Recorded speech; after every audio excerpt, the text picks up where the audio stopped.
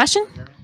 Scott, welcome to Washington. First time at the Emerald Queen Casino here. Just overall thoughts on the event itself. I thought the property was amazing. They were extremely helpful and first-class organization.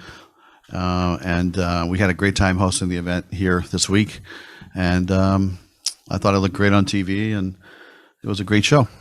We came up from Vancouver, Canada. Can we expect to see you back in Washington State? Yeah, absolutely. I mean, I think that there's a need for more MMA here, and I think that next year we'll definitely put some more on the schedule. This year it's kind of already planned and booked out for all the venues that we have committed to, not just domestically but also internationally. But we definitely will do something next year in Washington.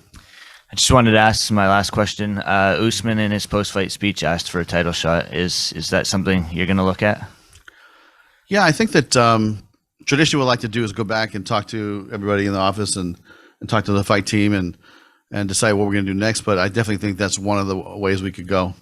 And timing will be an issue, and when Pitbull will be ready to fight due to his injury. And so I think that would be an amazing fight. But you saw another killer lightweight here today, and I think that his name definitely has to be in the hat as well. Thank you. What do you think of Jackson's performance? I mean, listen, I think that he did what he had to do. Was it entertaining? I mean, I don't think it was, but he took him down when he needed to. I don't think he wanted to strike with him anymore. I think he felt Lima's power, and he said, I'm just going to take him down. And that's the thing with Lima is that, look, that's, I think, his Achilles heel is, the ability to not stop the takedown. And so that's something that, hopefully he can get a grip on and come back strong. But that's going to be up to him. Where does this leave him? I don't know what to make of this, but he did take his gloves off. I don't know if that was just him being frustrated or something like that, but this is his fourth straight loss. He's clearly on a skid. Where do you think he stands? I mean, that's something you probably would want to ask him. I don't want to, respond to what he's doing and what he wants to do in the future, but that's something that, only he can decide. What's the status of Yaroslav Amosov, and do you have a targeted date of return for him? I'll tell you, I do know that we obtained a visa for him to come back to the U.S. and with his family, his baby and his wife. I think he's in Germany waiting for it to be all processed and the ability to come back, and hopefully we can get him in the cage before the end of the year. And then, do you have a date for Nemkov and Anderson too? We don't, but we're looking at a November date of this year. Just one question. Co-main event, Topik Musayev, incredible knockout. The fans just went crazy. What are your thoughts about that fight? I saw him beat our champ Pitbull in Japan 3 years ago, so I knew this guy was really tough. He was the rising champion at that time. He became a free agent, and when he wanted to come to Bellator, we made a deal right away. But you saw how explosive this guy is and how great of a fighter. You saw a glimpse of how great of a fighter he was because the fight was so short. But this guy is the real deal.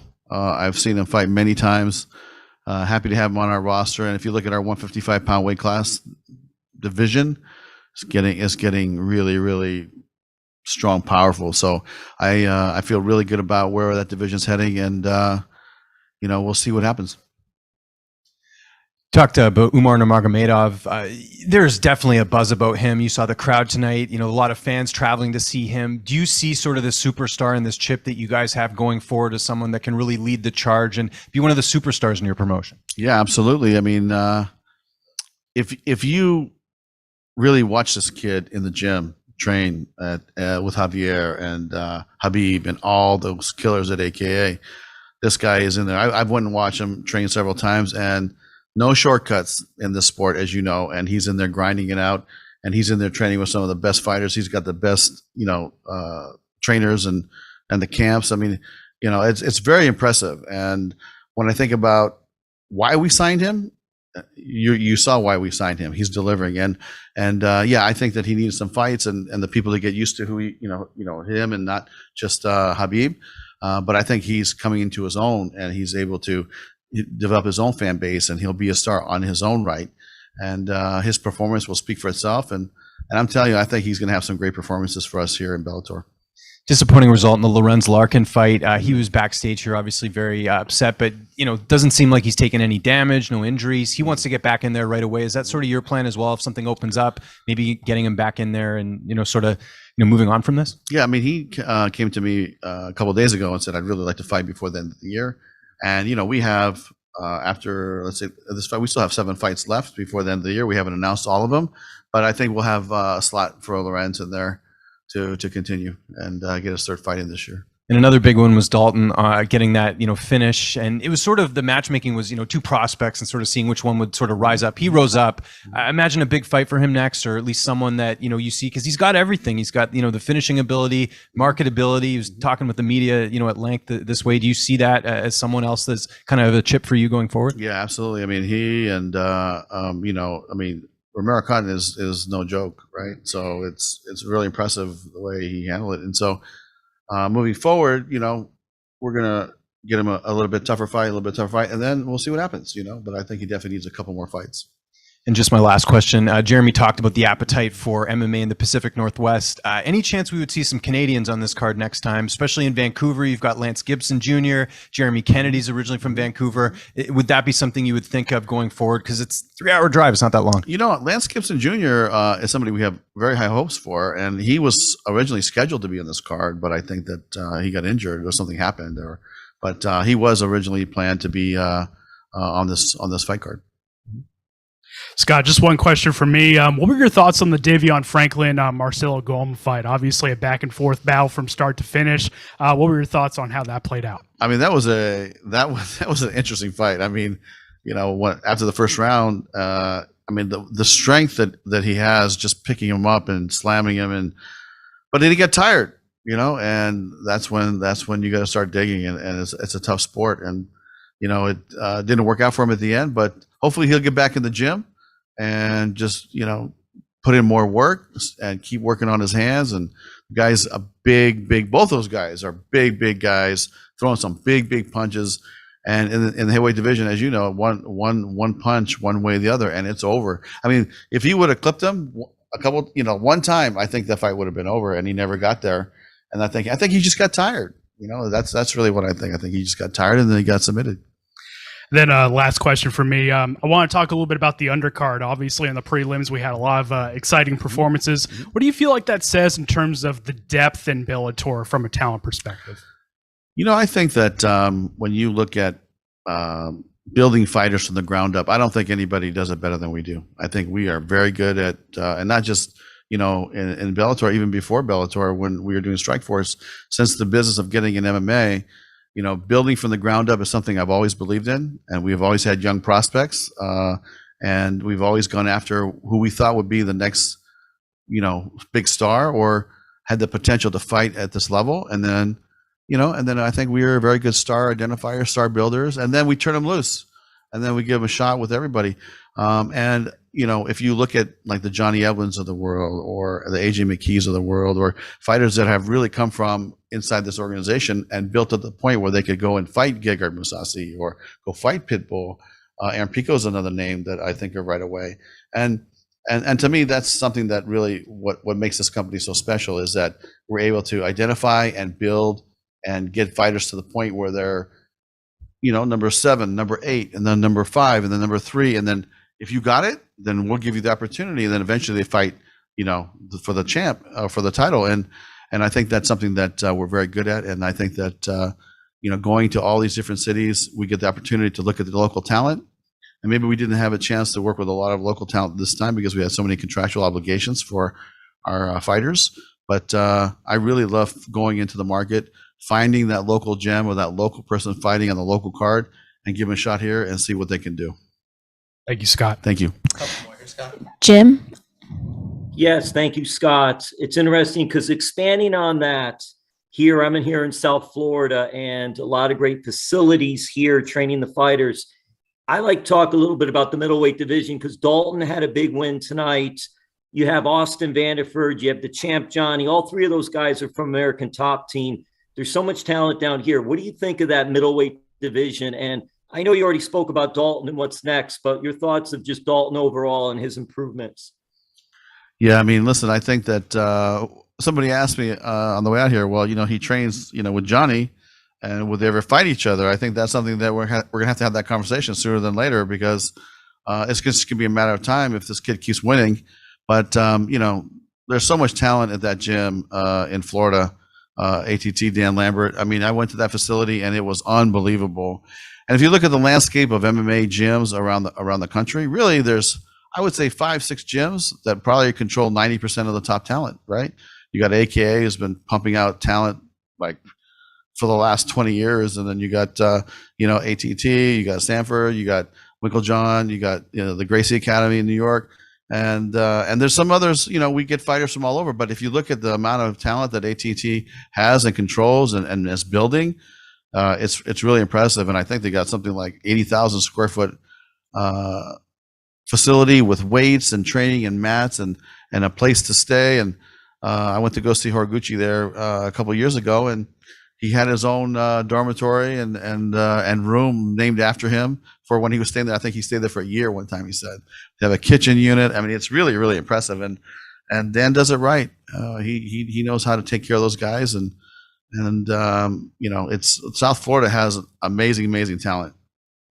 And lastly, from me, I know you all have been here in South Florida, but does that lend itself to having another card or more fights here because there's so much talent down here, or that really doesn't play a part in the decision making?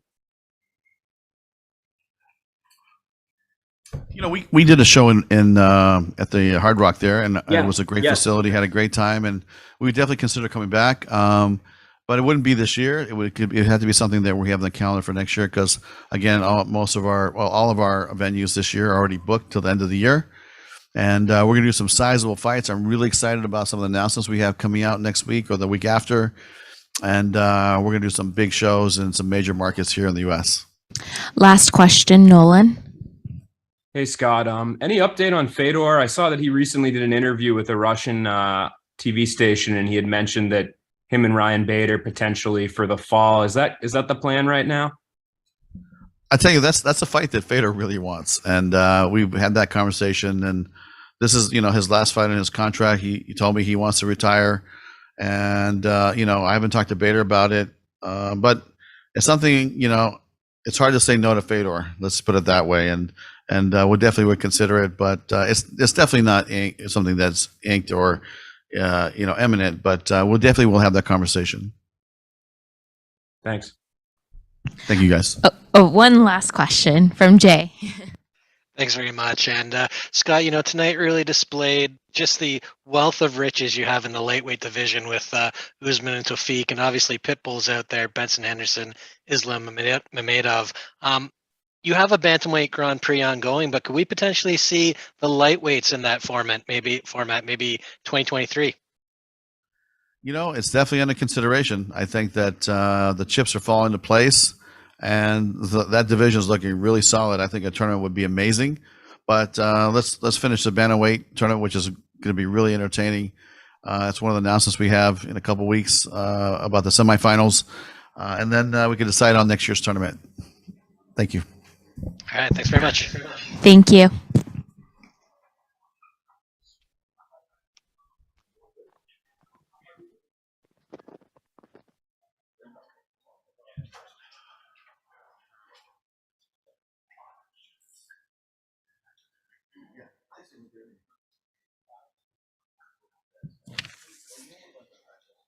You guys cool if I get started, Jackson?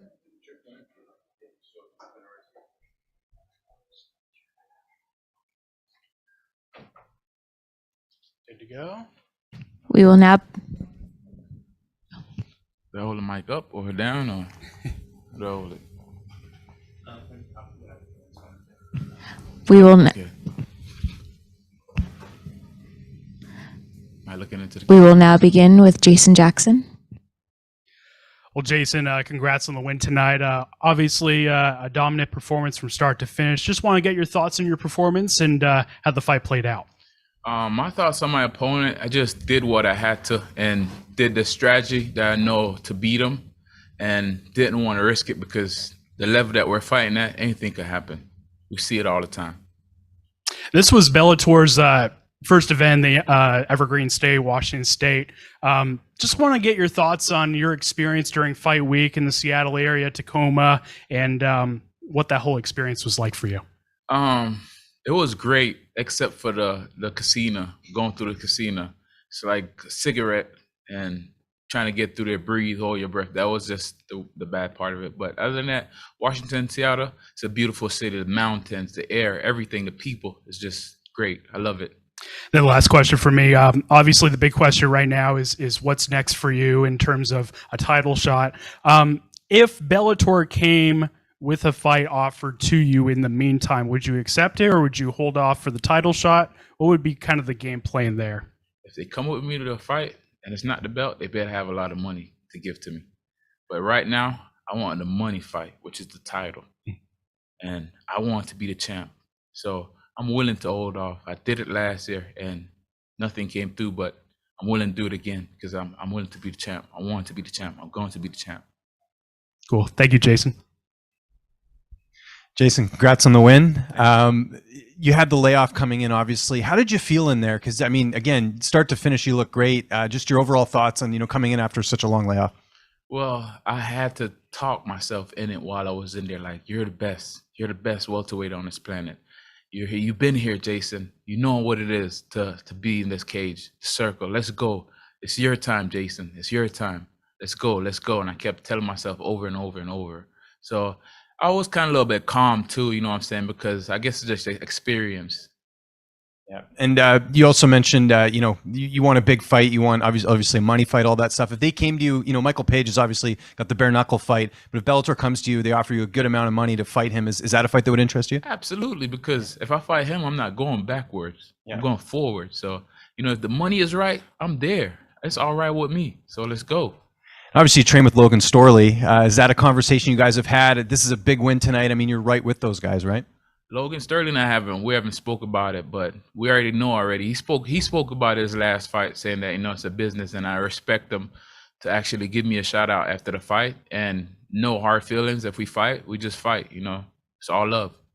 And just last question for me. You talk to a lot of fighters that you train with. Just I'd say in the industry in general, there's a lot of respect for you. A lot of people say Jason Jackson's the guy. He's so underrated. And here you are in a main event. You put on a great dominant win here. Just what does it mean to have that support from everyone and the people who know you well enough who really have supported you over the years? Because it's been a long road for you.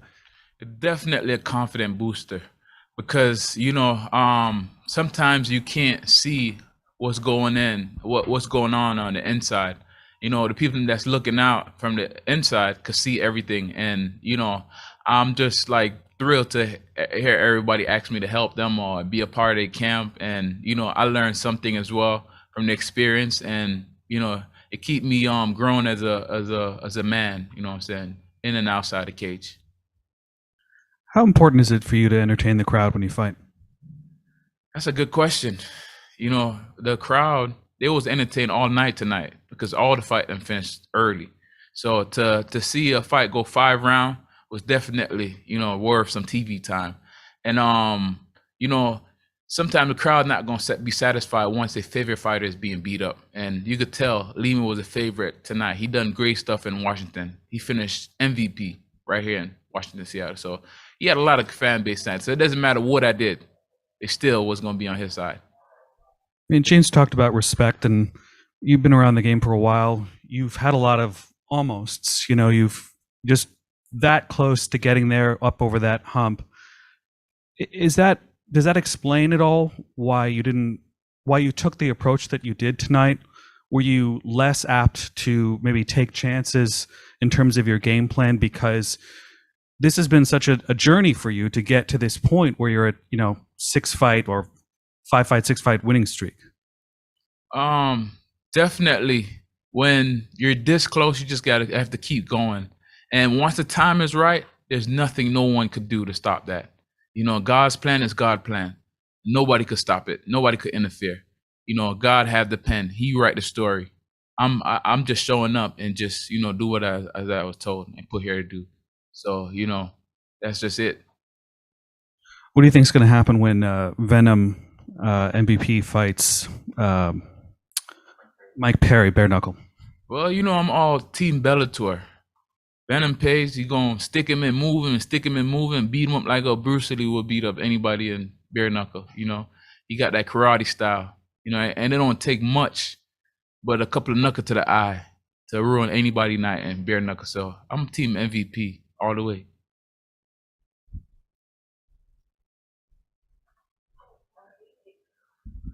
Hey, congratulations on the fight tonight. Thank you. Ross's spirit came through. How are you going to celebrate? I'm gonna go back to my hotel, and I'm just gonna lay on the bed and just say, yes, I finally could enjoy my hotel room. I finally could enjoy Washington, Seattle. I finally could be Jason again without just thinking about being the ass kicking machine. I finally could just relax my nerve and just, you know, take it in and soak it in and said, you know what, you execute. Jim? Ass kicking machine, congratulations. Thank Hey. you. All right, so going into now we could talk game plan. Did it pretty much follow what you thought it would be? I mean, you takedown after takedown after takedown, you just dominated him. Was that sort of it going in, or just was adjusting as the fight was going? Five rounds. Definitely. I wanted to take him to deep water and drown him. So I came prepared for 5 rounds, and I could go 10, 20, doesn't matter. You know, my preparation in camp and my fight week while everybody was cutting weight and dying, I was doing 1 hour workout in the morning and 1 hour at night.